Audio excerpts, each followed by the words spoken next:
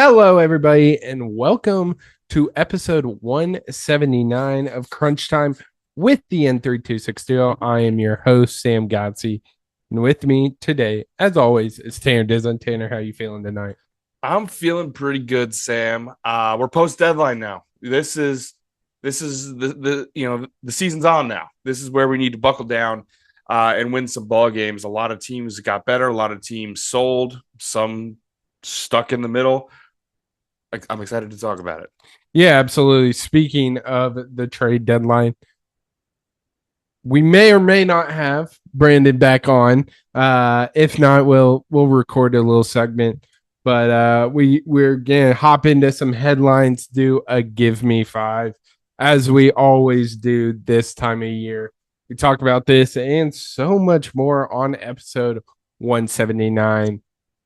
Tanner, I think this has kind of dominated the headlines of the sports world since our last episode, and that is the MLB Speedway Classic. Tanner, um, they played one inning before rain delay, and it was like the Fire Fest. Yeah, it was MLB's Fire Fest. Yeah, that's talk to me about it.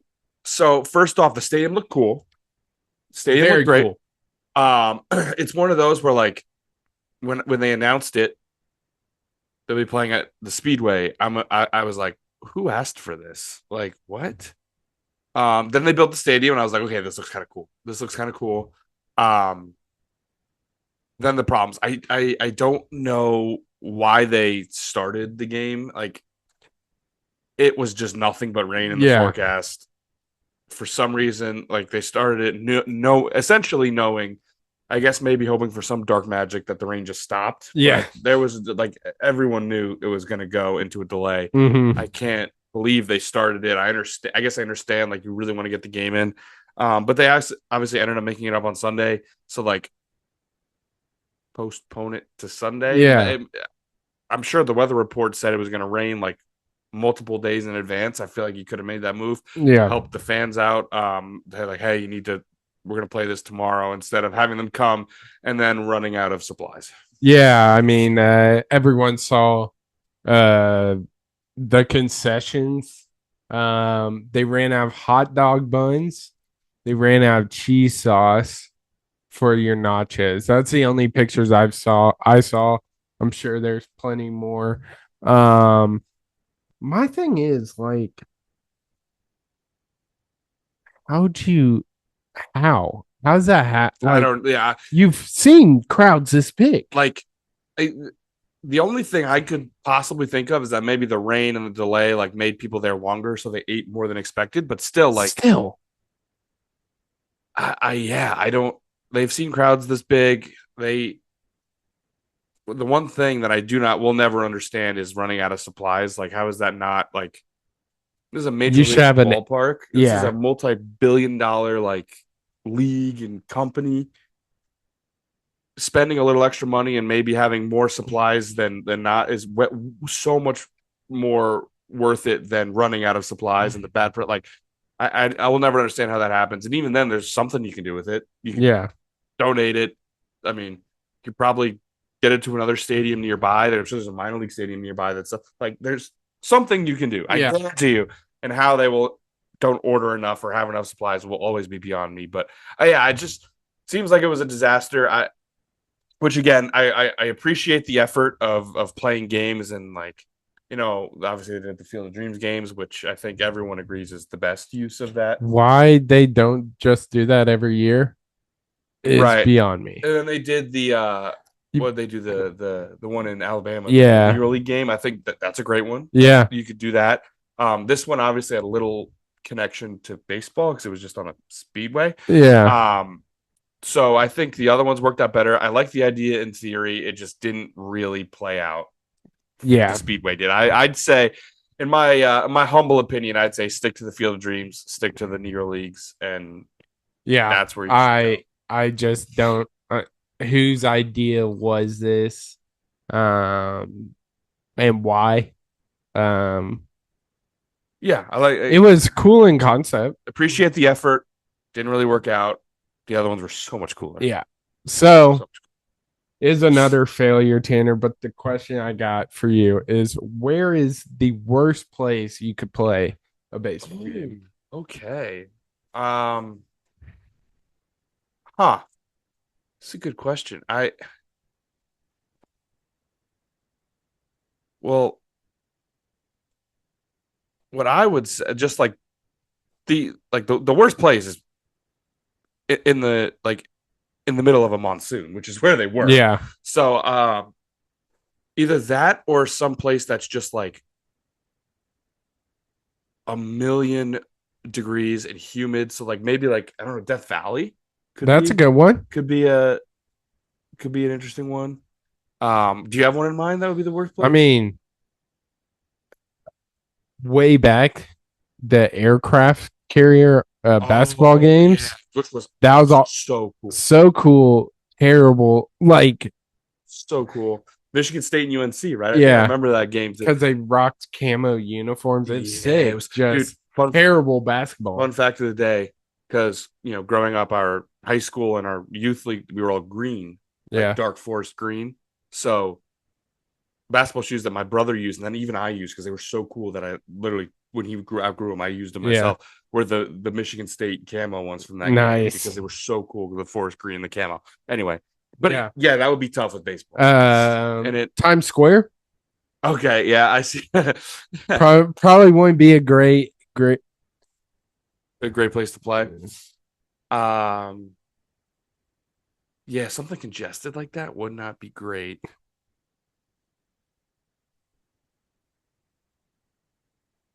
I don't know. Yeah, I'm struggling to come up with some here. yeah. It's a question, man. Um, Yeah, because I'm thinking when you say, I just think of like a classic picture of like New York City, probably in like 1920s of kids playing like stickball with yeah, like a broomstick or something. yeah. When there's not as many cars going through. But yeah, it was a utter failure. Yeah, that was tough. Um, That was tough. Switching gears to kind of a bright spot in baseball, the Portland Pickles, Tanner, had a fan appreciation night, gave a fan at two at bats, I think is what Mhm. happened. His second at bat, he hit a two run bomb. So my question to you, Tanner, is it real or was it all set up? I got a little bit of a tinfoil hat on. I don't know. I don't think it was truly any random fan. I guess I don't really know if that was the promo. I guess it comes across that way. Yeah. But like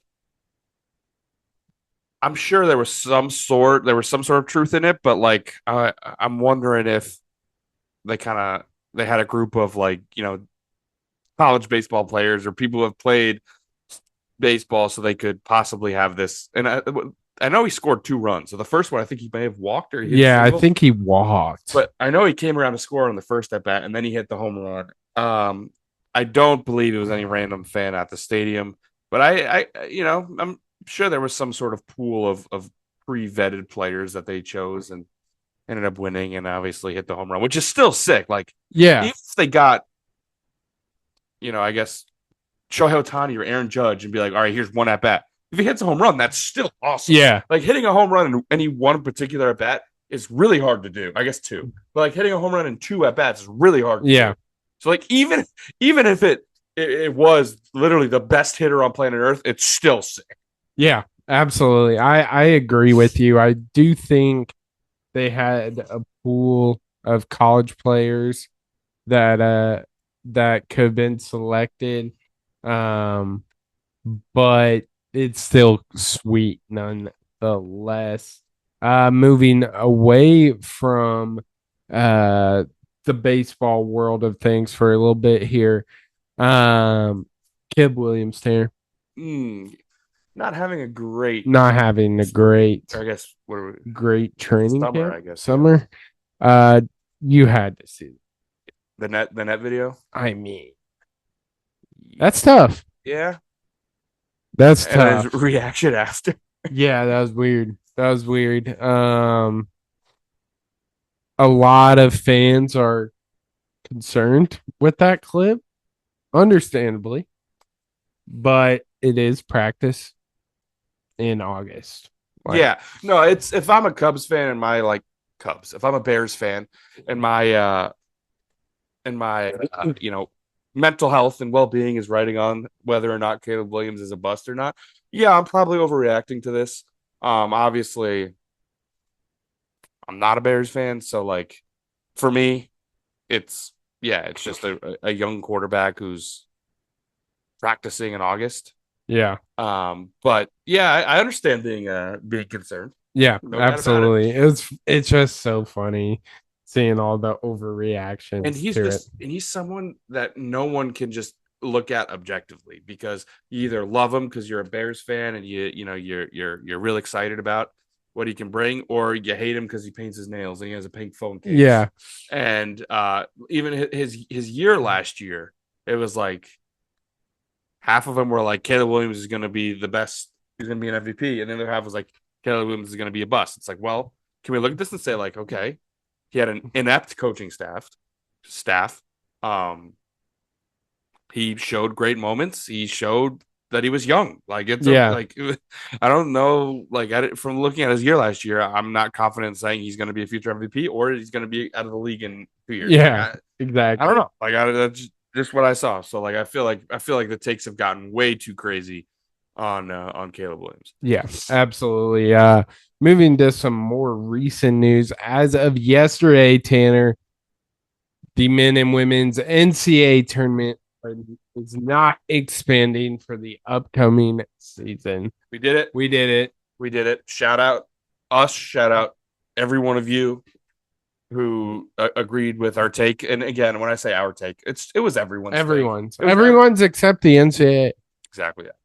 There is still talks of future seasons, but like I feel like if it doesn't go through now, we'll fight the good fight. We'll fight the good fight then. Absolutely. Just like we did this year. I mean, what? It's literally the perfect. It's perfect. No, not a single soul. You remember how many times, how many years of the 14 playoff we were just like, this needs expanded. This needs expanded. This needs expanded. And they did it. Not a single soul has ever looked at the NCAA tournament and said, this needs expanded. This needs expanded. So don't do it. Yeah, absolutely, Tanner.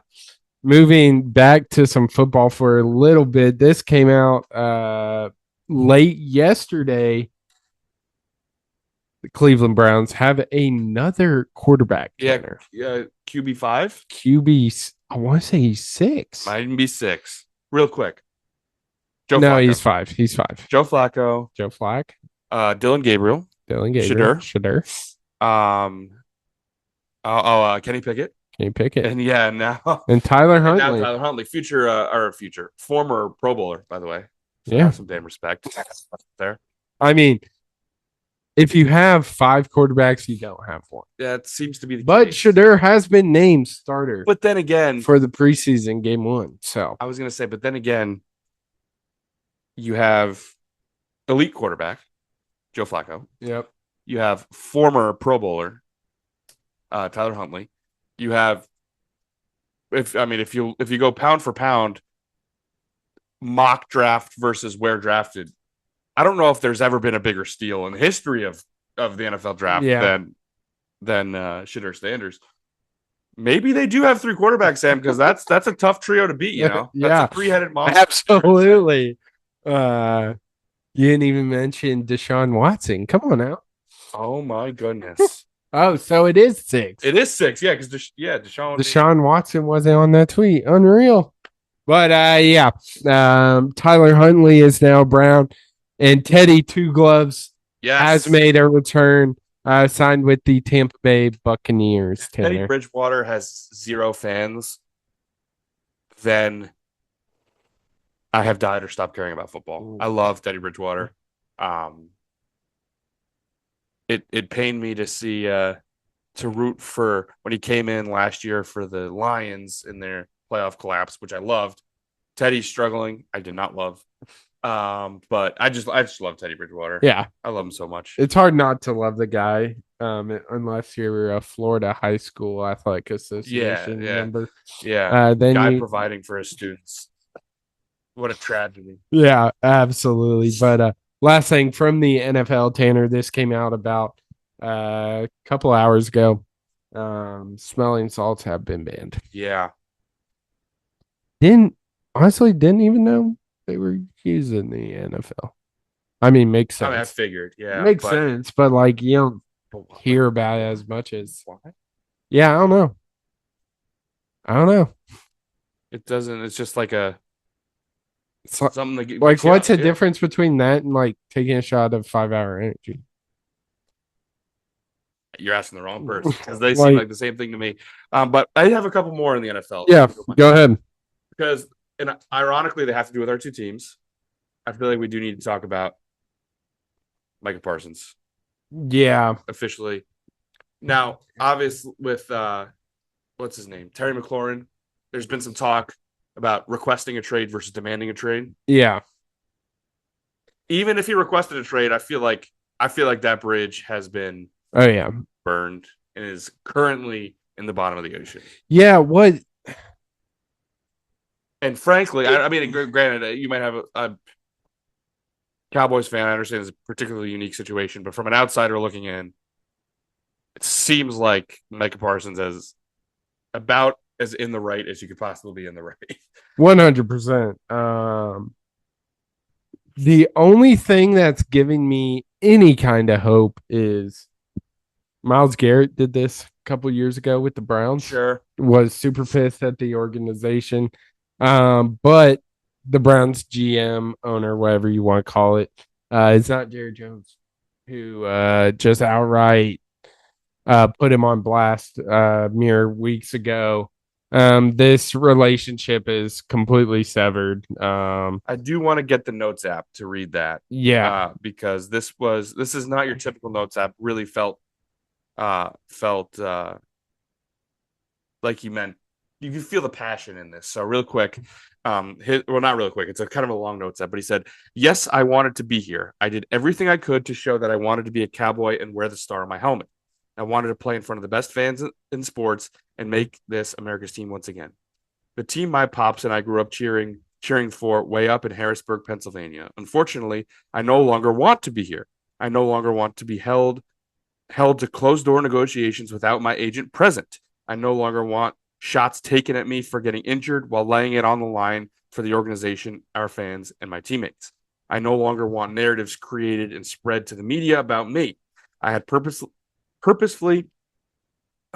stayed quiet in hopes of getting something done. But since there is confusion out there, let me clear some things up. I had my agent reach out to the Cowboys last offseason after my third year in hopes of getting a deal done early. Unfortunately, the team did not want to start any negotiation at that point. I was okay with that, didn't complain, and focused on the 2024 season. After the season, I told my agent once again to let the team know we were open to negotiate when they met at the combine. My agent informed me that I should wait for other deals to get done because the price would only go up. But I didn't care, and I wanted to secure myself as a Cowboy long term. This was before any of the other pass rusher deals. This is before. Sorry, it's like in the middle of the notes app, so I gotta yeah, find it. Um, Deals got done this offseason. I knew I would be leaving money on the table, but again, I was okay with that. Again, radio silence as far as my extension. In March, I met with Mr. Jones to talk about leadership. Somehow the conversation turned into him talking contract with me. Yes, I engaged in a back and forth with regards to what I wanted from my contract, but at no point did I believe this was supposed to be a formal negotiation. And I informed Mr. Jones afterward that my agent would reach out thinking this would get things done. But when my agent reached out and spoke to Adam, he was told the deal was pretty much already done. My agent, of course, told him that this wasn't the case and also reached out to Stephen Jones. Again, the team decided to go silent. At that point, we decided we would allow the team to reach out to us whenever they decided they wanted to talk. Yet still got not a call, email, or text to my agent about starting a negotiation. yeah. And there's even more, but I feel like that's enough. Yeah, that Sketchy, man. yeah. I'm not expecting him to be a Cowboy for much longer, which sucks because he's probably the best player on the team. Definitely top two if you don't want to give him the number one spot, which I think is absurd. But yeah, it sucks. But Jerry Jones, he just like doesn't know when to shut up ever. It's tough. Yeah. So Mike Parsons out. For what I think. But who knows? We might pull it together, but I give that like a 2.5% chance of working out. So definitely sucks for sure. Yeah. Don't disagree. And obviously, in that, specifically naming the Jones family and procedures within that organization. And the worst part is like all of us sitting here as we listen to this or think about this, we could all see Jerry Jones doing that, being sketchy and trying to. Supposedly, it's like a thing with him. I Like saw I've stuff with heard, Des I've Bryant. heard, yeah, Is that right? Des Bryant chipping in. Like there's been multiple times he's not wanted to speak with the agent of the player and had to do a napkin contract, if you will. Yep, I've heard that as well. Just super weird, super sketch. Doesn't feel like it's the best way to run an organization. No. But that's just that's just two podcasters here. Yep. But yeah, doesn't seem great. And then the other one having to do with my team, Sam, Jordan Addison, the suspension from his DUI last season. Obviously, we talked about it a lot on this podcast. And I was particularly perturbed by it, especially after it was pretty close after Kyrie Jackson passed away from getting hit by a drunk driver when he himself was not under the influence. And the league has officially instituted a 3-game suspension. So he will not be playing for the first 3 games of the Viking season, which is unfortunate. But I'm hopefully I'm glad some form of punishment came from it because it was you can't be doing that. Yeah. 3 seems a little low in my opinion, but right. I mean, I will say in defense of that, all he did was drive drunk and put himself and others in harm's way. He didn't do something despicable like place a bet. Yeah. Like then we'd really have to suspend You're him. So right. Yeah, right. Unreal. But it's also like he didn't do anything. He still like did more than like some people have, with like some just like beat the crap out of your wife. Like, yeah. He did more than that, so he deserves to be suspended, but he didn't place a bet. Sure. So he's only free. The NFL. Backwards. Gotta love it. Tanner, we'll switch over to college realm of football. The coaches poll came out. Personally, I don't take much stock in this. No one has seen other than spring practices, which I think are a big joke in my opinion. But top 5 going into this upcoming season: number 1, Texas; number 2, Ohio State, which is super sick because that means week 1 we get a 1 versus 2 matchup. Then we got Penn State coming in at 3, 4 Georgia, 5 Notre Dame, and just on the outside looking in is Clemson. Got any thoughts on this, man? First off, I agree with your take. Like looking at this, it doesn't change my thoughts about anything about going to the college football season. My take would be don't even care about AP rankings at all. The rankings start when the college football playoff committee starts ranking. That would be my take. But looking at this, one team I think is too low. I'm very high on this team this year. I think they'll be very good. And I think we've all forgotten about this team. Think I know where you're going with this. I think Clemson's going to be really good. Cade Klubnik coming back. Will be one of the best quarterbacks of college football and might even be my pick for the Heisman. 6 is too low. I think they will be much better than Notre Dame. Yeah. I agree. But the other top four, I mean, Georgia, obviously, we're looking at the quarterback situation, being like, what's that going to be? I'm just because of the pedigree, I'm fine, whatever. The top three, I think Penn State's also going to be very good. This is probably Penn State's best shot.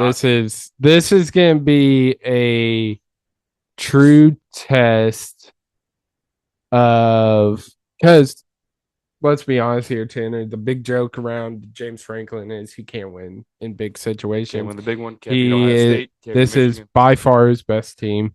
Drew Aller's probably going to be a top 10 quarterback or top 10 player in a next NFL draft. Probably the best quarterback. I'm taking him or Klubnik probably. Certainly the best in the Big Ten. Yeah. And the most experienced in the Big Ten. Most experienced. At his talent level. And it's yeah, I mean maybe him. I think I'd personally go Klubnik, but I get he's a top 3 quarterback in college football. We're probably missing somebody since it's August and someone who went to the national semifinal last year and is coming back. Like this team should be really good, and like we said, should be James Franklin and Penn State's best chance to win the Big Ten. Yeah, absolutely. And then final headline I have, if you have more, feel free. Netflix dropped another sports document series. This one on SEC football called Any Given Saturday. There are some teams that opted out, which is kind of weird, but Tanner, like it seems there has been a giant uptick of the sports docu-series like stuff. You know, like is that what you're talking about? Like this isn't new. Yeah. Like why has it just blown up in popularity? Obviously, I think the one that kind of kicked it off was the Drive to Survive F1. Yep. And then we have like Full Swing. That one right into I can't remember the tennis one. Match Point, maybe. Then QB, yep, and that one quarterback, receiver, starting 5 with the like. It just seems literally at some point in time, every sport's gonna get one. Yeah, sure. But this SEC football could be pretty interesting. Yeah. I mean, it's. I'll probably end up watching because I love college football. And I'm sure a lot of people out there will end up watching because they love college football. But when this was announced, I wasn't like, oh my God, I can't wait for this. Yeah.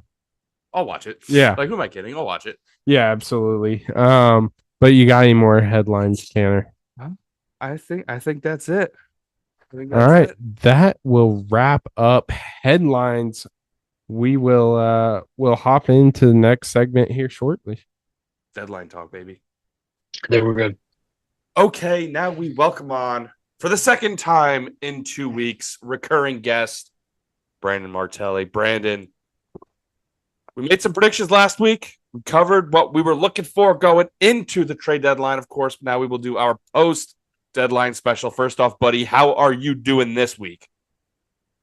I'm doing all right. I'm doing very good. Thanks for having me back. Of course, man. Well, first off, why are you only doing okay? I feel like we could work on this. Just allergies, you know. Allergy guy. Allergies right now. Feeling roughed up, but I'll be okay. Feeling roughed up. Okay, well, we got a lot to talk about because the deadline went down. And let me tell you, one corner of the market was absolutely cooking. Another corner, not so much. We'll get into all that. But first, before we do that, give me your overall thoughts on the deadline. What were you expecting? Was it better? Was it worse? Was it more exciting than you thought? Give me your headlines. Give me your thoughts. Overall, I was a little underwhelmed by the trade deadline. But to be fair, I think when you have so many teams that are contending, like there are nowadays, like there's so many teams like still in playoff contention, that it's hard for a lot of teams to figure out whether or not they're going to be buyers or sellers. So then it's harder to trade away a lot of those big pieces. And like, besides, Eugenio Suarez, I really feel like there wasn't, and even that's not like a big name. I really feel like there wasn't a trade besides maybe the Mason Miller trade where I was like, oh my God, like a big name just got moved. Like I would say Mason Miller was the only trade was unexpected. Like even Correa, I did say I think Correa does get traded. You did. You So did. You 100% did. I did say that.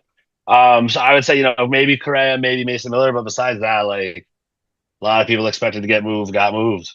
So it was a little underwhelming. Right. No, I definitely agree as a whole. And I mentioned the corner of the market not so hot.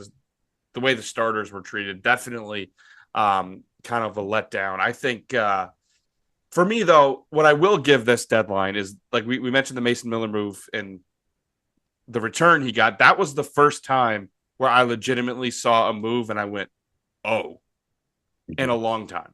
I mean, since the Juan Soto, I think, was the last one to the Padres, which evidently there's a common theme here. But yeah, that was the first. That was the first time in a while I said, "Oh, wow!" That was like that was a big one. Obviously, the return going back to Sacramento, soon to be Las Vegas, included the number 3 prospect in baseball. Yeah, like that's crazy. The fact that I'm sure. I hope that they're going to try to turn Mason Miller into a starter. And that's why they gave us such a big prospect. But that for a relief pitcher is very, very desperate, very crazy. Yeah. Absolutely crazy. And a team that also, by the way, has a all-star closer in their bullpen for what it's worth. Anyway, we got to talk a little bit about this deadline. Of course, should we start? We'll start with what I mentioned. I mentioned starters, kind of a letdown deadline. I know both the Yankees and the Mets were in the market for a starter. Neither of them made a trade for one. And starters moved. I mean, I think the only one that's really worth talking about and one that was made by a team kind of looking to make a push here, and this starter who they brought in really helps them do that, would probably be Martelli to the Rangers. Yeah. I mean, yeah, at the end of the day, there's so many starters I feel like that were like available that just didn't get traded. So like the fact that like Merrill Kelly got traded to the Rangers, which is great for the Rangers. They needed that extra arm because they were missing it very desperately this year. It's just like the amount of like Merrill Kelly got traded. That's a great opportunity to also trade Zach Allen, and he didn't go. Like, why are you trading one but not the other when there seems to be like no clear direction that the Diamondbacks are going in? But like, good for Merrill Kelly is probably the biggest starter that got traded. Like, I think Charlie Morton might be all right in Detroit, but sure, like those are basically the only 2 starters that I can even think of that may have some impact. Got traded. Like Dustin May, Mike Soroka got traded. Dustin May went to Boston. Like, if he's healthy, he's got some electric stuff, but there's no like big move that got traded by starters where I was like, that team just got a lot better. And the headline was who didn't get traded. Andrew Heaney from the Pirates didn't get traded. Sandy Alcantara from the Marlins didn't get traded. Edward Cabrera didn't get traded. Zach Gallen didn't get traded. Like, what happened? And that's what a lot of the conversation, I think, a lot of teams who are saying, like, oh, I can't believe we didn't go out and get a starter. Well, no one did. Basically, no one. No, it's true. Like, I feel like I look on. Sorry to cut you off. No, but I look at I look at some teams that could have used a starter, and like obviously, like us, like our teams wanted it. Even the Cubs wanted it. I know Sam's super sad they didn't get a starter. I'm a little upset. I'm not gonna lie. Well, Mike Soroka did go to the Cubs, and after one start is now on the IL. Yep, that's true. That's like Austin Slater. The Yankees finally got him. He finally gets the start, and now he's on the IL too. Just our luck. And not on the IL, but also worth mentioning. Would you rather be on the IL or sent down to AAA? That's just the Yankees way. the Yankee way. I figured we would end the segment with kind of a spiel about our own team, so we can put a pin in that to later. Yeah, we'll get there. We'll get there. But yeah, no, it's very strange to me how starting pitching was not on the move, and I'm very curious to know. It was the asking price just too high. Yeah, I think that's what it seems like. I mean, you look what I saw some reports obviously with the Yankees that like for Mason Miller, who's a reliever, that they wanted George Lombard or Spencer Jones.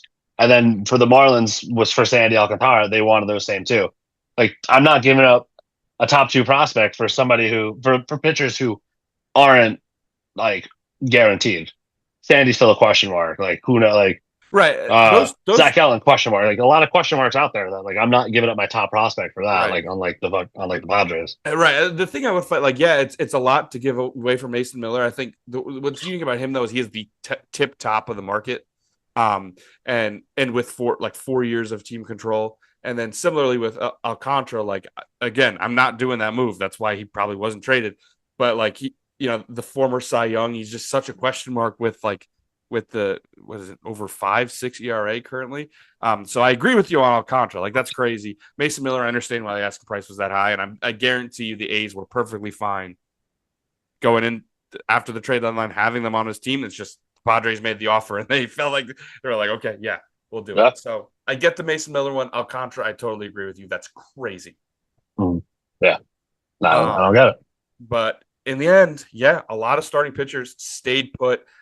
Even some more like as I'm thinking about it, like obviously Joe Ryan, which we'll talk about the Twins later, and Mackenzie Gore, another two valuable pieces that would have gotten you a lot from teams that are not contending, opted not to trade. Yeah. However, a market that was hot, relievers. We mentioned Mason Miller getting traded for the number 3 prospect. No, not number 3 of the Padres. No, number 3 in Major League Baseball gets traded for Mason Miller. Both of our teams were heavily involved in the reliever market. Talk to me a little bit about relievers that were on the move. Any you liked, any you scratched your head at, and what are you looking at after we can look and assess the reliever market this deadline? Yeah, I mean, obviously, I feel like the 2 big names. I feel like we talked about Mason Miller a lot, so to stay away from him, Right. was Ryan Helsley and Johan Duran, and it's basically the Phillies get an upgrade, and then the Mets get an upgrade too right away. So I think those 2 teams made out very well. Honestly, the trade that I wanted the most, and it sucks that it happened for my team, and they went to a team in my division, is Griffin Jax. I wanted him very desperately on the Yankees, and he ended up going to Tampa Bay. Then I wanted Danny Colum, whatever his name is. Now he's in Texas. Like it just, but like all the big name relievers that like could get traded did get traded. I feel like there's no reliever out there that had a question mark and didn't get traded, except for maybe like Dennis Santana of the Pirates. But still, like that's Dennis Santana. He's been good once in his life, and it just happened to be this year. But like a lot of teams got a lot better because a lot of teams were selling relievers this year that weren't in playoffs, and that's always a good sign, dude. Like teams need extra pitching come postseason time, come the playoff push. So I think like everybody who got traded, all those teams who made a trade for big relievers got much better. Yeah, and I tell you what, even relievers I didn't have on my radar, and good relievers I didn't have on my radar, got traded. Like obviously he went to my team, but like I didn't talk for a second about Tyler Rogers, Yeah. and he gets traded to my team, and he is awesome. But yes, it was a great time to be a team with a good reliever who is not contending, as you likely got a haul for your reliever. Were there any moves, I was specifically in the reliever market because that was the most abundant, where you just kind of scratched your head? I think that honestly, the thing that like made me scratch my head, and I thought at the time it was going to be good, and then I saw him pitch in Miami was shocking. Was when the Yankees got Camilo Doval, Sure. because I could have sworn after we traded first was Bednar, and then we got Jake Bird, and then we traded for Caballero, and we traded nothing but minor leaguers. I thought for sure that was going to be it for the Yankees because we didn't need anything else, and if we were to get another pitcher, it was going to be a lefty. And then the Camilo Doval trade news dropped like 20 minutes before the trade deadline. And that was kind of just like, whoa, like we need all the pitchers we can help, but that's like a lot of relievers considering we have a team with a few injured relievers coming back. So that reliever market trade made me just like kind of shocked me for a second. Was just extra arms. Yeah, that's fair. That's totally fair. When we're talking about the reliever market, it's just like for every name, we came up with a few teams that just needed relievers. And I feel like for the most part, all of those teams added. Mets and Yankees, obviously, not only are we fans of those teams, but they were some of the most active in the reliever market. I think maybe the only team that we were like, yeah, they could really use a reliever and didn't get one was the Cubs. Uh, but another big move that I feel like is definitely worth talking about, which we mentioned already, has to be Yohan Duran to the Phillies. Yeah. Slam dunk move, at least to me, as someone who the minute it was announced, I was pretty upset. He a year and basically a half of team control, one of the best closers in baseball. I don't really think the Phillies gave up much of value. Sure, Mick Abel, whatever, but that fits. It seems to fit like a glove, Brandon. Yeah. I mean, you can already see it. You know, the few times he's already pitched for the Phillies. He's just like what they needed. Like, and you should see like the Citizens Bank crowd when they play his walkout stuff is amazing. Like I've never really got to see it until it started going viral, like on Twitter and TikTok now. Like his entrance at Citizens Bank Park is amazing. I love it. But yeah, I always say that I think the Phillies are year in year out always pretty much the kind of like the complete team. Like they have good hitting, they got good defense, like very good starting pitching. They just needed to like really solidify that bullpen. And I think Johan, like they made some free agent signings to make it better. And then, it sucks that they lost Jose Alvarado for the PED suspension. So that weakened it a little bit. It's actually quite good. Yes, sorry. Yes. Yeah. Yeah. Right. But they needed that closer. They didn't really have a closer since, for a few years now. And they got him back. They signed David Robertson. He's back too. So the weak part of the Phillies was their bullpen. And they added probably the best reliever on the market. So I think that's a great move. And all they had to go was make a bell. But you have nothing. You have nothing but farm system of starters. You can give up Micah Bell. Like he's a back end starter for you anyway. So that's a great move by the Phillies for me. Yeah, and it sucks. It absolutely sucks. But yeah, the Phillies they had a really good deadline, got center field help as well, and without Robert on the move, I think it was pretty clear the Mets and the Phillies were definitely in on center fielders. One got Mullins, one got Bader, and that's pretty much how it was going to go. So yeah, that sucks. But then I will say my disappointment didn't last long because very shortly thereafter the Mets got Ryan Helsley, and that was the move where I was 100% not expecting. I figured they would make a move for a reliever once the Rodgers trade was announced. That's when I was like, okay, we got a good reliever. I did not expect Helsley at all, and that rocks. He's so good. Yeah, like that was, I think I came on here. Well, not think I definitely was on here last week, and we talked about where Ryan Helsley was going to get traded. I said he was going to go to the Dodgers because I thought that the Dodgers were going to get a closer because he wasn't even on my radar for the Mets because you just got Taylor Rogers and Trevor Rogers, right? Tyler, same thing. You got Rogers. And then you got Gregory Soto. So I thought you would make another move. But considering you already had Edwin Diaz, I wasn't expecting you to get one of the better closers in baseball. I thought a team like the Dodgers, who could use that extra bullpen help, was going to like make a trade, or another team like that. I was not expecting that whatsoever. That took me, kind of as a shock too. I'm sure, as you said, it did for you too. Yeah, 100%. It was awesome.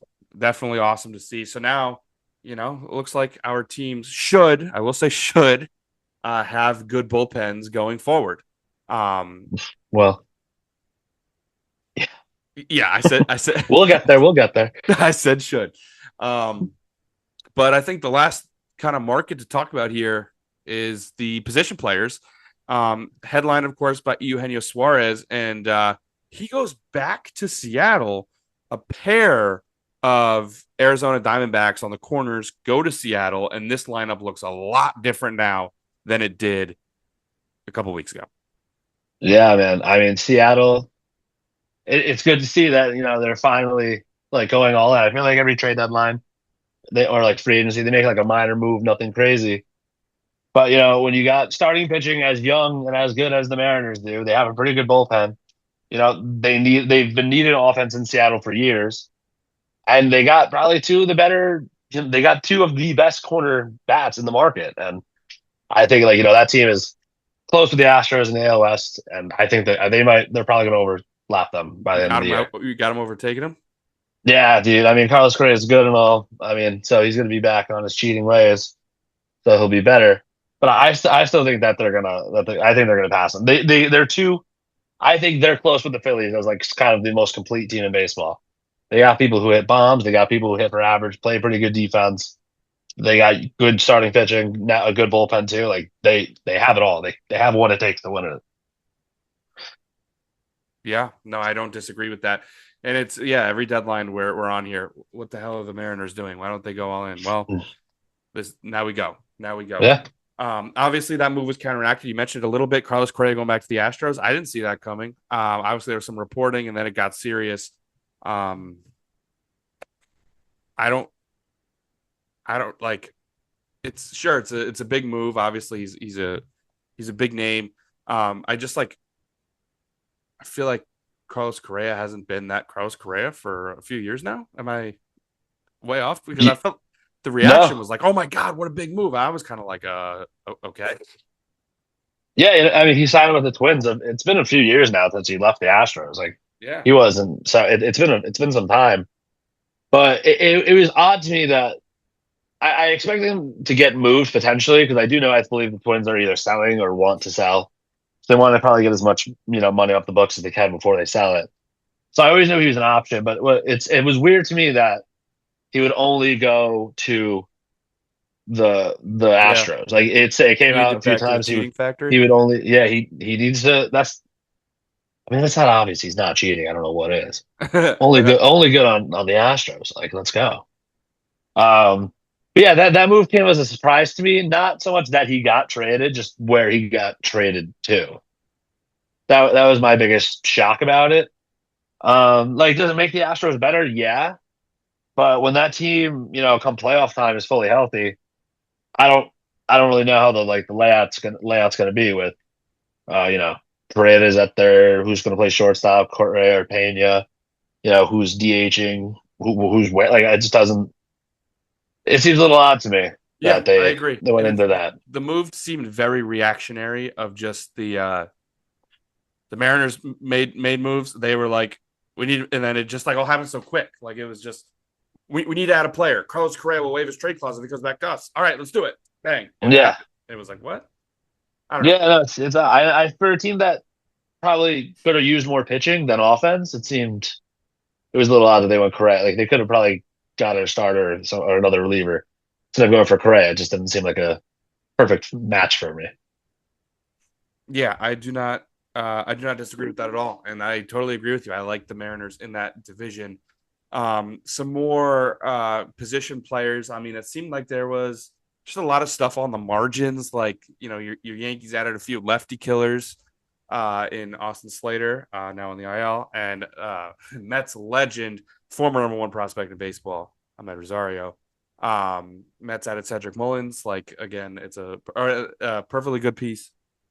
Fit in that center field will be better than Tyrone Taylor. Uh, Yeah. Ryan O'Hearn and Ramon Laureano go to the Padres. That just adds more depth to that team and a team that has completely and utterly decimated its farm system. Yeah, I mean, so I made a list of winners and losers on this team, and for winners, I have San Diego Padres as winners because they added Mason Miller, they added some good bats in Laureano and O'Hearn. They got some good pitching, but I also have them as losers because they gave up like I think I saw it was like their 1, 3, 5. Like they gave up like five of their top 10 prospects. Like they gave up so many people for like besides Mason Miller, like good bats, but I feel like or not good bats, just good players in general. But I feel like they really didn't do anything to really push themselves over the edge in those bats of Laureano and O'Hearn. Like I don't O'Hearn's good. He's finally having a good year this year. He's like an all-star for the first time. Great for him. But just bats that just don't really like push that team over the edge, I feel like there could have been a bigger splash potentially. They gave up a lot for not getting back a huge return, in my opinion. Yeah, I have it. The prospect trade where they're number 1, 3, 4, 6, 7, 12, 13, 17, 26, and 29 were all traded at the deadline. And then a couple unranked as well. So that's Yeah. hefty. That's called pushing your chips in. which I think we'll have more on some winners and losers. But I think the only, what I think we can push that off because I was gonna have him as a loser. Anyway, what I was gonna say next. So why don't we just get into that? I mean, unless there's any other position players you want to talk about. No, none really. Let's go. I got some for you. All So right, how let's many get do you into have? it. How many winners you got? I made 5-5, but now All it's right, I like 4-4 that. because 5-5. I Give me your 5 already winners. said. Give me your 5 winners.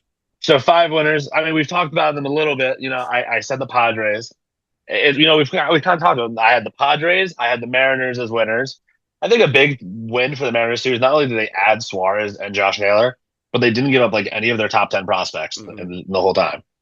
That was pretty good. I mean, we've talked about them all. My other winner was the Phillies because not like you added Johan Duran. Sorry, but I think what they were lacking, what they needed was another center fielder, especially right-handed hitting one.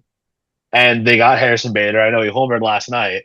He plays amazing defense. He can play right or left. So, corner outfield and, outfield defense in general for Philly has always been a little shaky. So you kind of guarantee that up. Even if, seventh inning, you have Castellanos and Wright, you can pinch hit him for Bader or pinch run him for Bader for Castellanos. Now you upgrade in the field. So I think that they're a big winner too. They showed up their team more. And we said we talked about that. I think the Mets are a very big winner. Yeah. They already had like an okay bullpen. They could have needed more help. It helped they have the best closer in baseball currently as well. But then you added probably a top 5 closer in Helsley. Gregory Soto is a sick lefty. Nobody can hit Rogers at all. He throws basically off the ground. And they gave up some prospects, like some decent prospects, but when you're a team like the Mets and even like the Yankees and Dodgers and even Cubs, like all these big market teams, like you can give up some of your bigger prospects. I think you gave it maybe like your number 5 prospect was the farthest guy or the highest ranked guy. But like if I'm getting The highest was 8. 8, even better. Like you're giving up, you give up like 8 and some other people.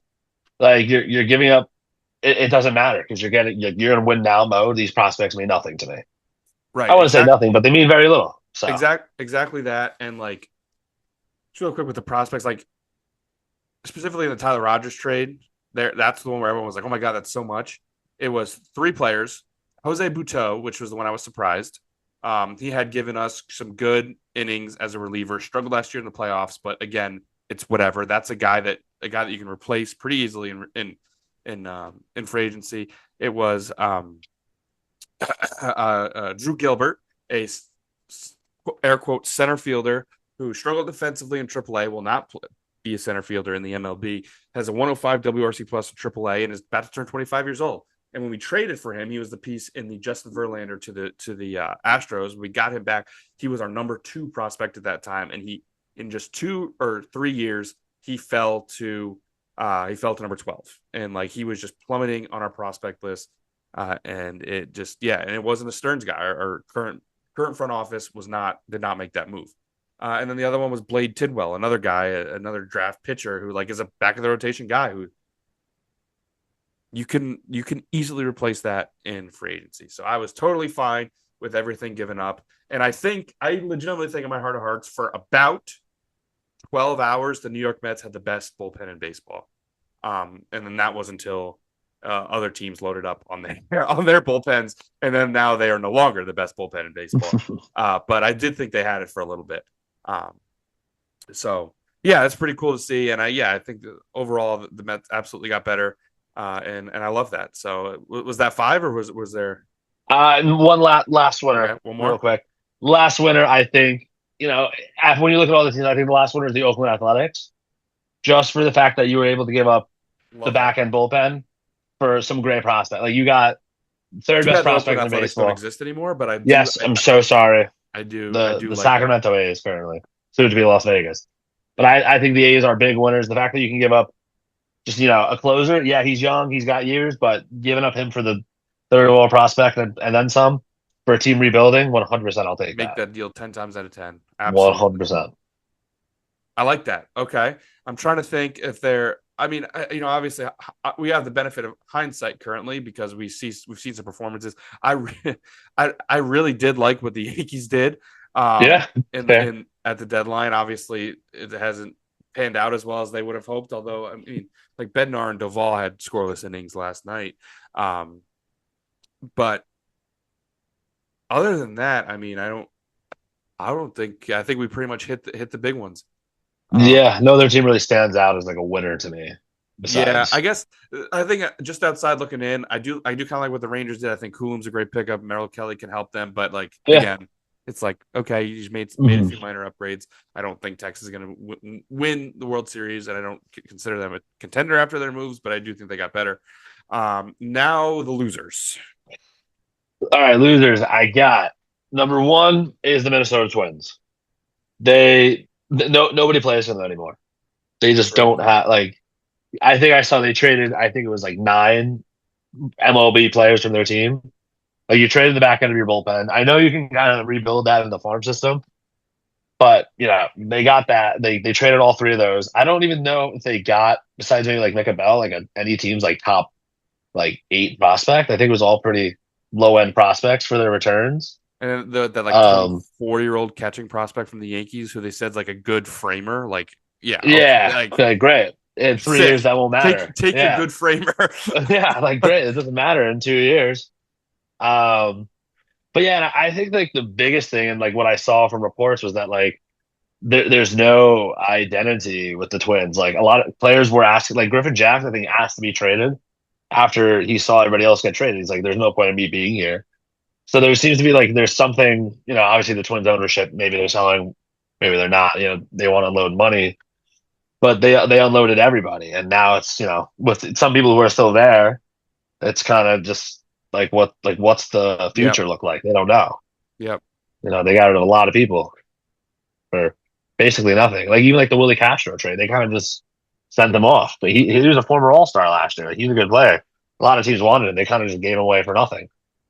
Cubbies, baby. Shout out Cubs.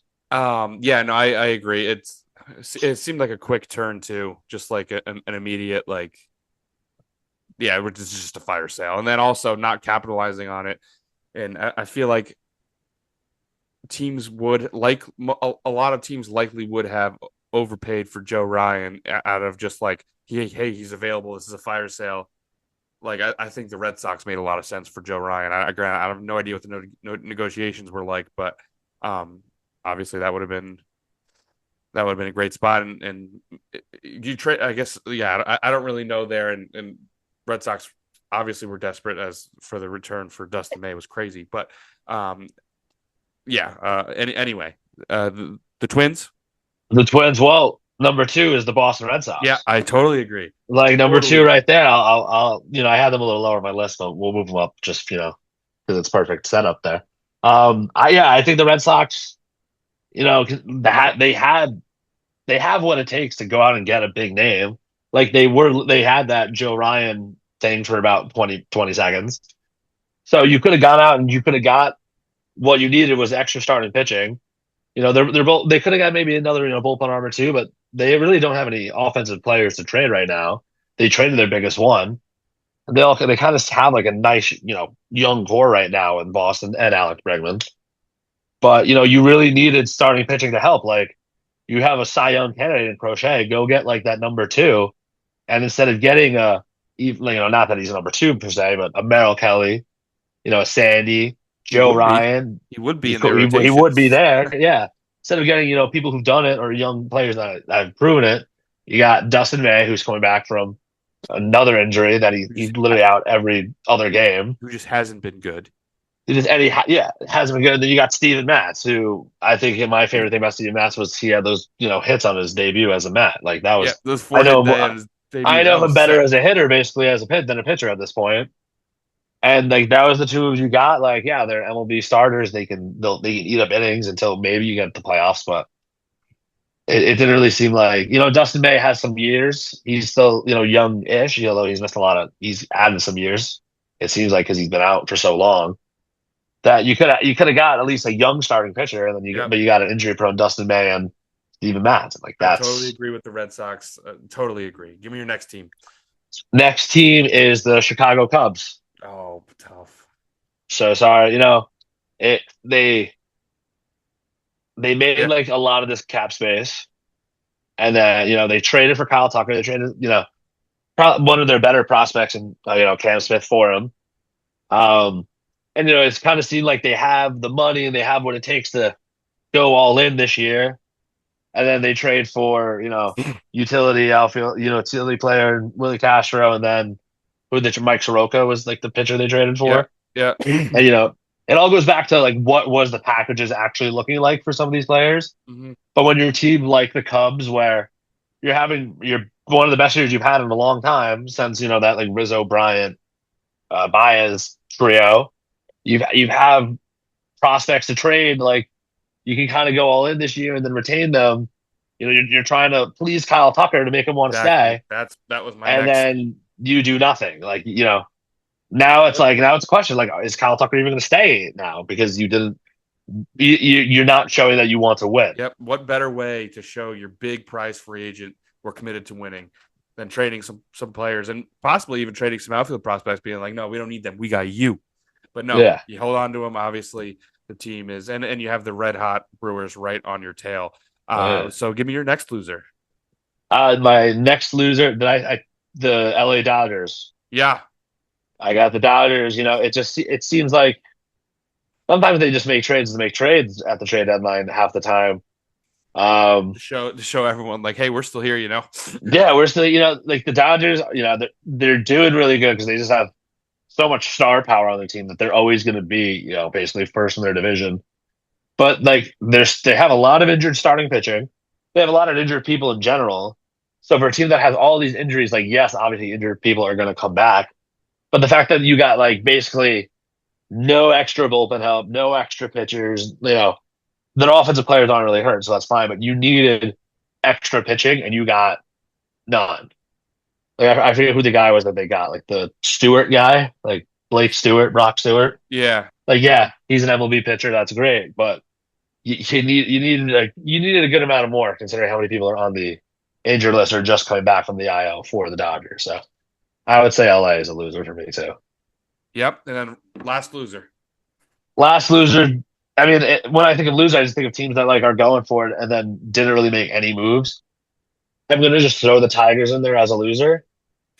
Only because, same thing. Like, yeah, you have to Skubal, you re-sign Jack Flaherty, but you lost Reese Olson.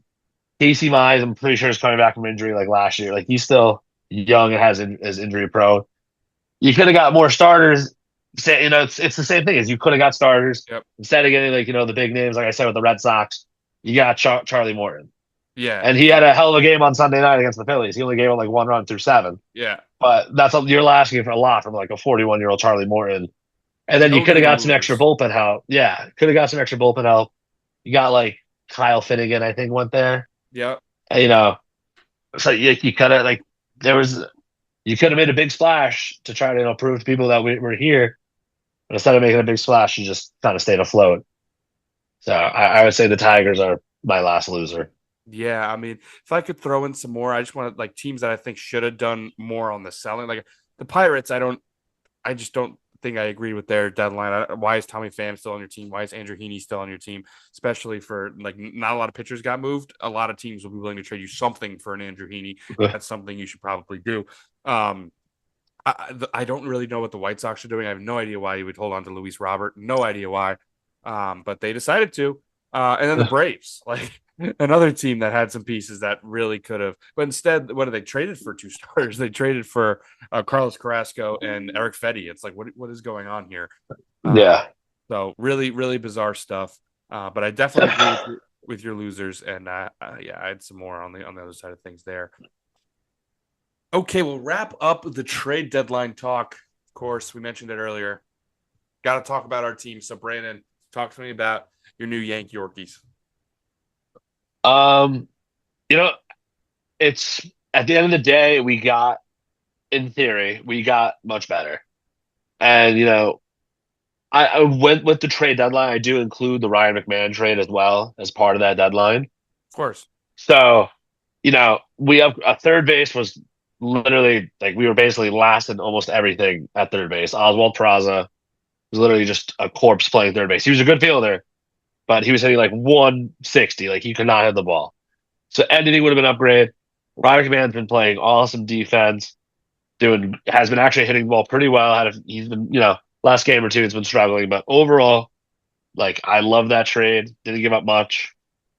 I would have really liked another starter with this team, especially, considering Cole's, Cole's down. We lost Clark Schmidt.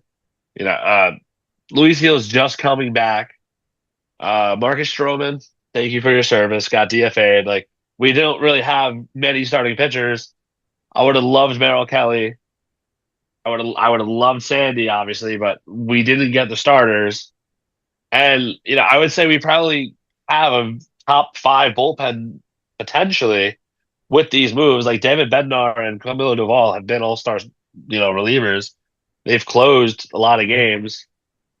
And what I like about the Yankees now is, in theory, they have like five guys who have closed out games before. Like David Bednar can close games. Camilo Doval can close games. Devin Williams can close games. So I like, in theory, that they have all these guys that are supposed to be, top relievers in the game, but obviously it hasn't really translated so well. Jake Bird is already down in AAA, and they're both really. All three of them are really good, but I would have loved just one more lefty in that bullpen if you weren't going to get another starter. So that's a little disappointing for me. But overall, I mean, I was hesitant to say that we're winners, just because of like the fact that we needed a starter or a lefty. But at the end of the day, like even the acquisition of Caballero, like again, in theory, he's supposed to be really fast and good at defense, but then he made that error that kind of cost us the game against the Marlins. And Camilo Doval, you know, blew that save as well. It wasn't great, but I like what we did. I just wish, being what we are, being the amount of lefty hitters we already have, Ahmed Rosario and Austin Slater can hit lefties, but I would have just loved like a bigger name somewhere in there just because of who we are and like what we need, considering we were just in the World Series. It would have been nice for a bigger name, but at the end of the day, I am happy with what we did. Yeah, for sure. I mean, I kind of have a similar outlook on the Mets deadline. Obviously, we were like very happy with the way the bullpen looks overall. The team got so much better. But the fact of the matter is, I would have loved a starter. Oh well. But the reason this team is struggling and has been for a better half of 2 months now is the fact that their offense and what was supposed to be the strength of this team and the top four hitters were supposed to be the best in baseball. Like they've never gotten hot at the same time. They've all gotten hot individually, never at the same time. And for the length of the season, most of them have been, not had good seasons. So there's no trade that was going to make them be good all at the same time. So they needed to figure it out. They got better. They got, like I said, I think they have a really strong bullpen, probably a top 5-1 in baseball, certainly top 3 in the NL. And the offense needs to show up and hit better. And the pitching staff, the starting staff isn't great, but I don't think they need to be with the bullpen now that you have. And if the offense plays to their potential, this team can win a World Series, but they just haven't. And that's where we are. So, yeah. And Sam? Yeah. Didn't get a starting pitcher, which we desperately needed. It seems there's a lot of things up in the air for the Cubs. Tucker not being under contract's a little concerning. Not making moves to pitch to him to stick around, kind of like y'all said earlier. Definitely a disappointing. It seems the front office isn't in a win now mode. Maybe in a couple of years it could be, but definitely not the trade deadline I think a lot of Cub fans were expecting, especially me.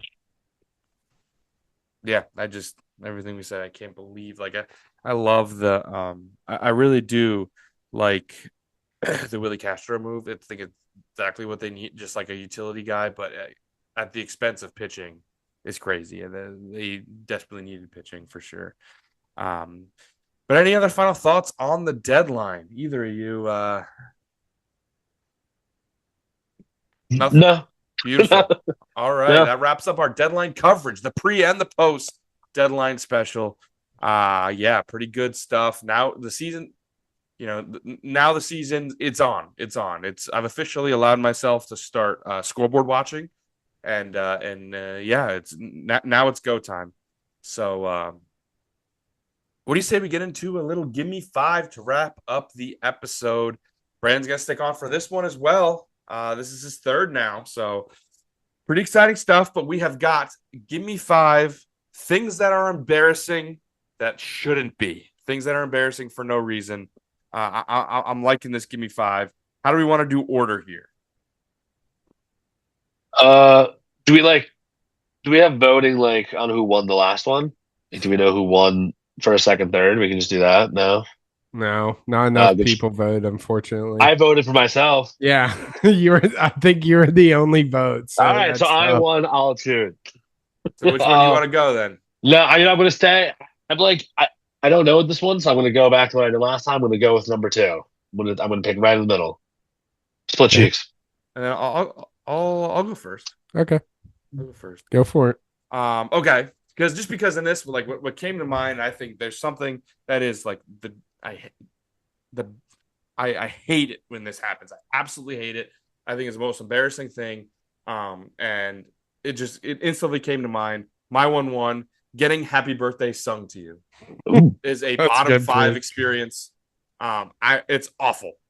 You just have to sit there on your birthday, and it's so embarrassing for no reason.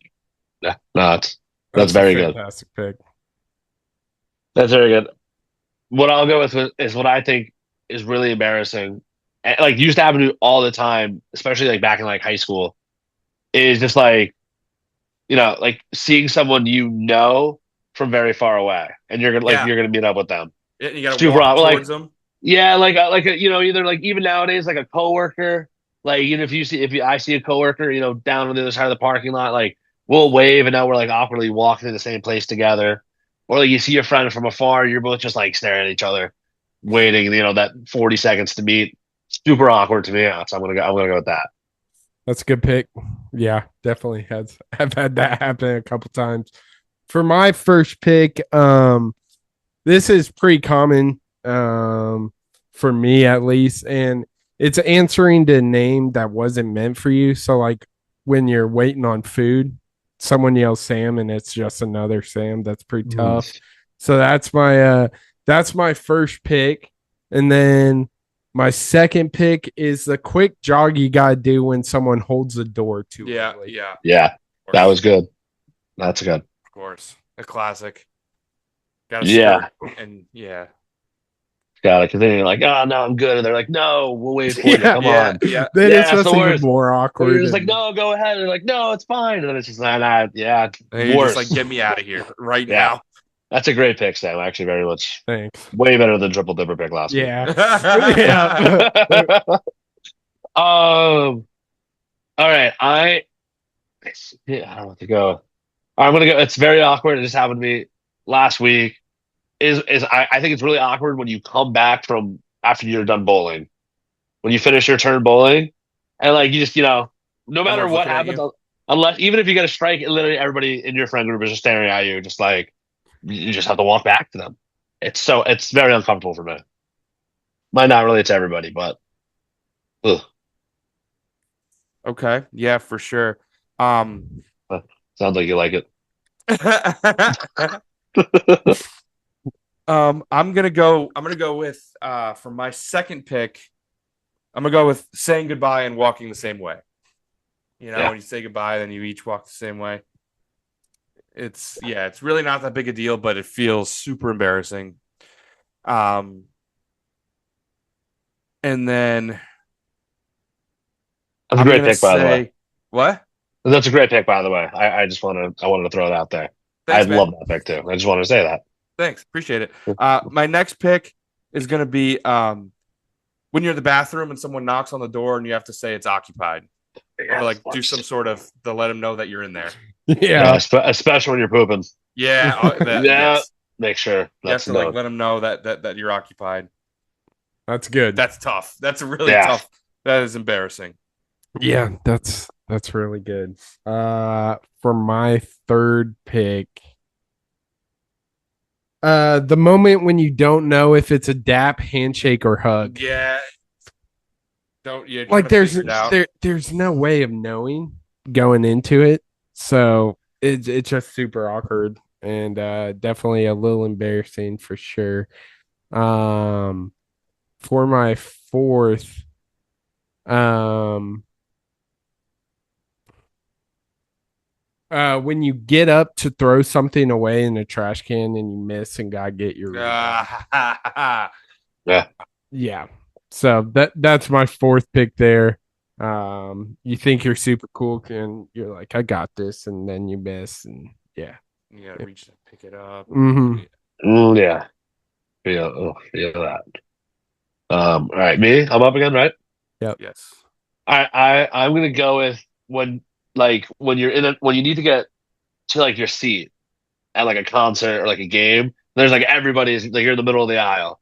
And you're just awkwardly going either, butts to face or front to face, and you're just like, oh, sorry, like, And then excuse you're me, making people get up, and whole the people time, behind yeah, them are getting their view blocked, and you just feel horrible. But all you gotta yeah, do is you go to the ruin bathroom. everything. Yeah, you just need to go to the bathroom, even come back and you're just like, oh, excuse me, the worst is when the people don't stand up. That's when you get like the butts in the face. They're just like, oh, sorry, and then they move their knees to the side or just Oh, spread their the legs out. worst. Worse. Oh my god, it's so Especially for God- big boys like me. yeah. Like, And we then- don't get and through then aisles easily here. God forbid they have a drink on the floor. Oh, yeah. Oh my God. Yeah, you're just off. And then like everybody's kind of just like watching you because people behind you are like, can't see the game now. Got all these people standing in front of me. I don't know what's going on. It's the worst. I don't. It that's a good pick. makes me very Great Thank value. you guys. Thank Great you. value there. Feel good. Pick. Good pick, buddy. Am I up again? Yes. Oh, No, in the no, middle. no. Did we Sorry, miss? you're not. You're not. It's I was me. like, did we miss this up somewhere? Because I feel like I'm in Hand the up. middle. Hand up. That's on me. For my fourth pick, I'm gonna go with walking into a business and then not buy anything and then leaving. Yeah. Like obviously if like it's different if it's like a huge Target, but like when you go into like a little store or something and someone greets you and then you have to walk in, look around, and then walk out. And yeah embarrassing. Yeah. For no reason. Yeah. Yeah, that's a good one. I'm with you. That's a good pick. Thanks, buddy. And then for my last pick, I'm gonna go with walking the wrong way and then having to turn around. Yeah. And like everyone sees you just turn around and walk the other way. Yeah, I had that on my list, but I already had a walking thing in there. Then I did the aisle. I don't want to keep doing walking. So then I don't walk that like much. the fake phone call and be like, oh yeah, and then turn around or something like that. But yeah, that's tough. That's embarrassing.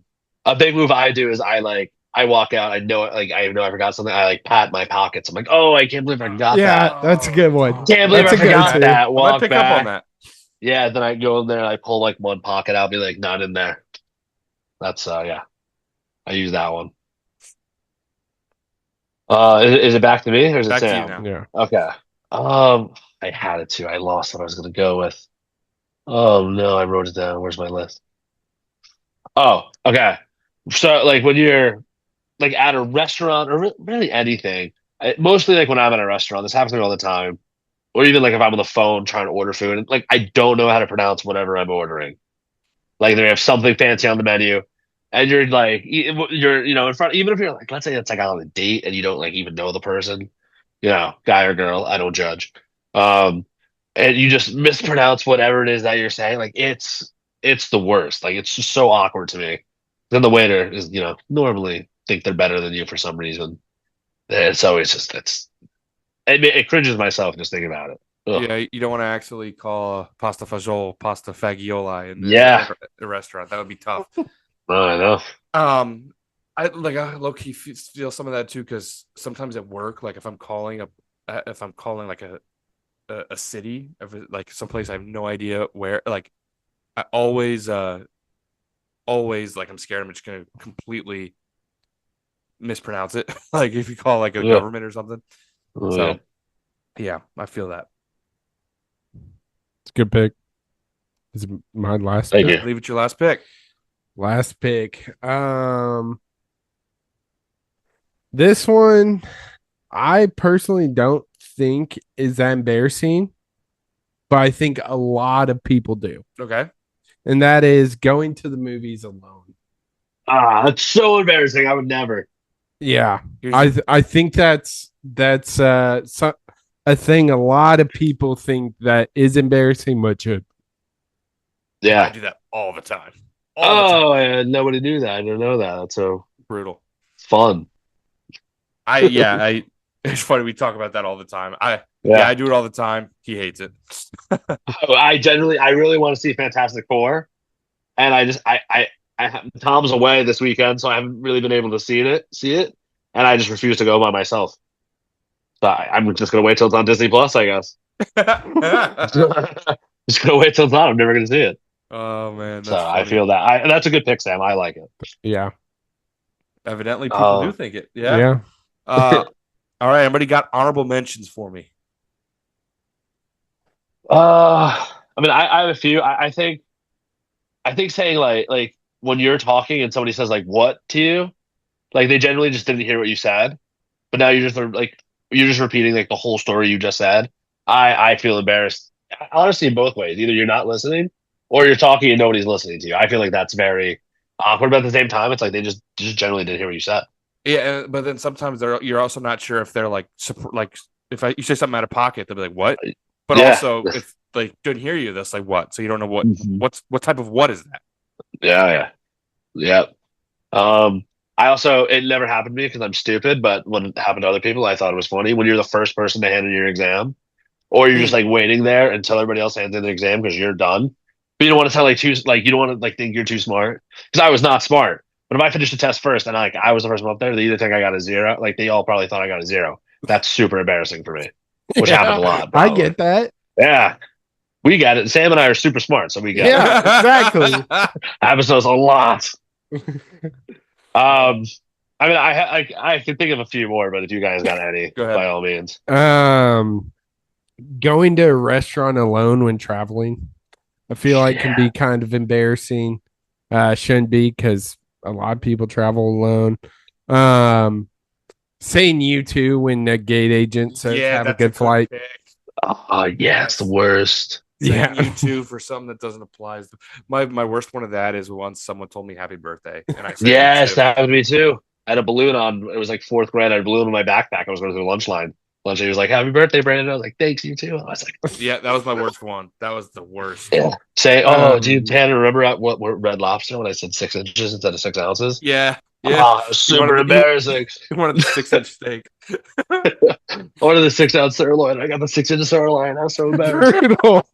I had the waitress not from here. Had a nice accent. Be like, no, it's okay. Don't worry. Yeah, he was beating himself up, and she was like genuinely thought he was I knew it was funny. She was like, no, it's okay. It happens. It's fine. Like as if I was like actually super embarrassed, but I was at the same time after that. That's good. Yeah. Taking posed pictures in public. Yeah, of course.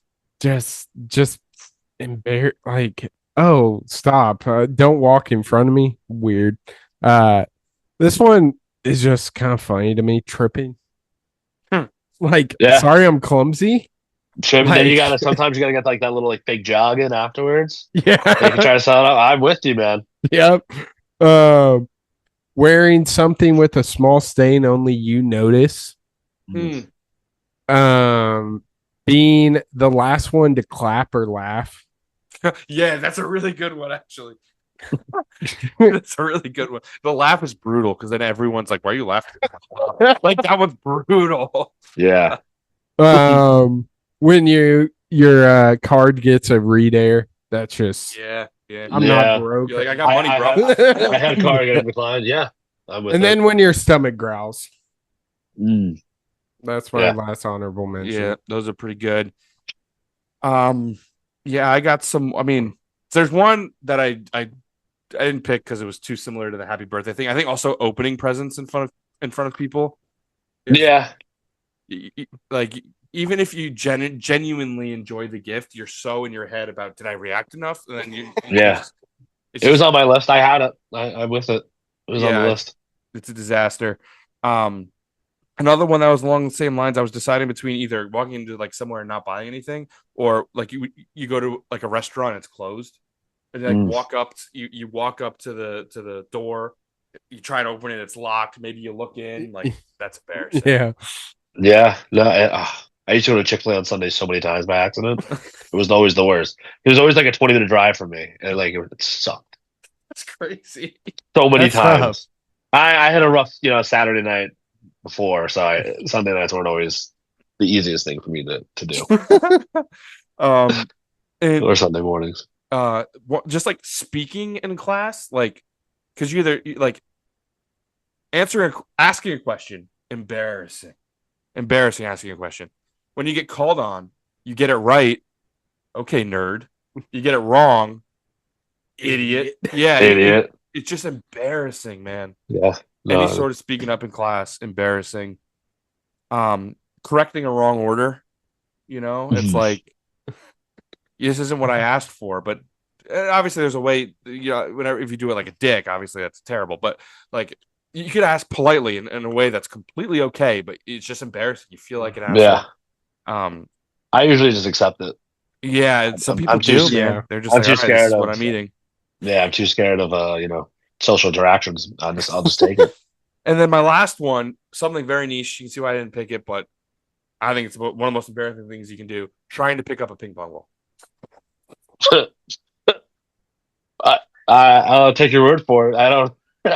You ever tried? That's so valid. Like it's bouncing on the floor, and you're just like trying to pick it And up. if it hits a wall, it just shoots to the other side. You never look more unathletic in your life than when you try to pick up a ping pong ball.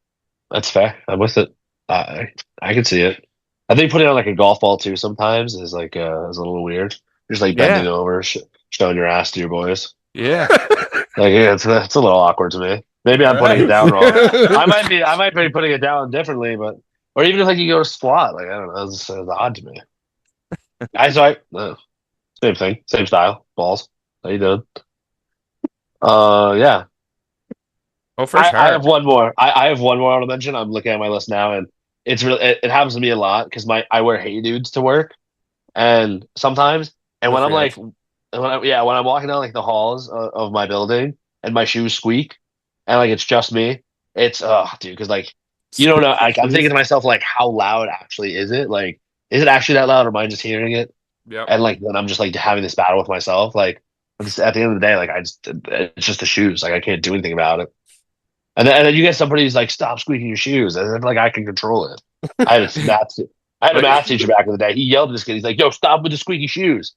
We're like, you can't do anything about it. He's like, yeah, you can walk differently. I was like, I don't know if that's how it works, man. But yeah, squeaky shoes make me uncomfortable. Felt like that one was embarrassing. super personal. Yeah. He needed to get that off his chest. Yeah, no, it's just a random thing. Like it's just something I thought of. It never happened to me before. You heard it here first. Never happened to him before. Yeah, never happened before. Yeah. Never. For sure. But huge thank you to Brandon for coming on once again, 2 weeks in a row, pre and post deadline. You love to see it. Appreciate it, man. When will you be back? That's the next question. Whenever you want me back, as long as I'm not stuck on a lake somewhere, I will be here. All right. See you in October for some MLB playoff talk when that rolls around, if not before. But huge thank you again. Appreciate it, my man. Thanks for having me, boys. Always fun time. Okay, real quick, we may have messed up the order on that. Give me five. So Brandon, who may have only had 4 picks, we're gonna add in the squeaky shoes, and that'll be on the graphic. That will be his 5th pick. But that's gonna wrap it up for episode 179 of Crunch Time. Talked about a lot in this episode. Of course, went through some headlines, some stuff going on in the NFL. Jordan Addison suspension. Micah Parsons asking for a trade. A lot of quarterbacks in Cleveland, and we talked about the MLB trade deadline, of course, with Brandon. Put a bow on that. He will certainly be back for the playoffs, if not before. And then we wrapped it up with a gimme five of things that are embarrassing that shouldn't be, that are embarrassing for no reason. Make sure to follow the podcast on X, TikTok, and Instagram at crunchtime_pod. Make sure to like, comment, and subscribe to the YouTube Crunch Time with the N326 duo. But the clock has it out on this episode, and we'll see you in the next one on Crunch Time. Yar.